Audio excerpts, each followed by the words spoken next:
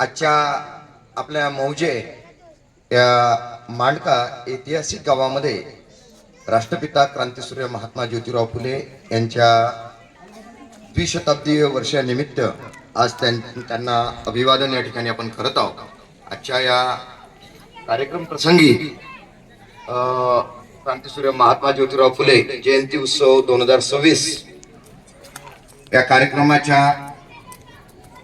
अध्यक्षस्थानी आपण गावकऱ्यांनी या ठिकाणी मला या ठिकाणी नेमलं। माझ्यासोबत खामगावून आलेले आमचे सहकारी मित्र, त्यासोबत या गावातील प्रथम नागरिक सन्माननीय सरपंच साहेब, सामाजिक कार्यकर्ते आणि आपल्या गावातून प्रत्येक घरातून मोठ्या संख्येनं उपस्थित असलेले बंधू आणि भगिनी, विशेषतः इथं मोठ्या संख्येनं आपण स्त्रियांना पाहिलं आणि मला पण फार आनंद झाला, कारण शेतीचा शोधच हा महिलांनी लावलेला आहे आणि महात्मा फुलेंनी सुद्धा शेती, शेतकरी याच्याबद्दल फुलेशाह आंबेडकरांचे विचार हे या ठिकाणी आपल्याला मांडायचे आहेत। पण वेळ अत्यंत कमी आहे आणि आता मामांनी सध्या सांगितलं 2 किंवा 3 मिनिटात आपल्याला हे मांडायचं आहे। म्हणजे आता आपण सरांचं खूप छान मार्गदर्शन या ठिकाणी ऐकलं।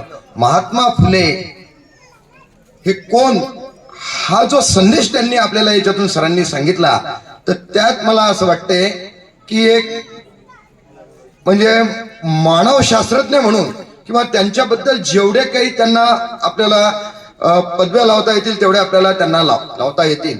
पण या सर्व गोष्टीचा विचार करता मी अतिशय 1 मिनिटात बोलतो फक्त, की आपण सर्व शेतकरी बसलेले आहेत आणि आपण शेतकरी ज्यावेळेस आपला शेतीचा भाजीपाला बैलगाडीनं खामगावच्या मार्केटमध्ये नेतो, बैलगाडीनं भाजीपाला नेतो, पण पैसे किती घेतात हो हाती भाजीपाला विकल्यानंतर?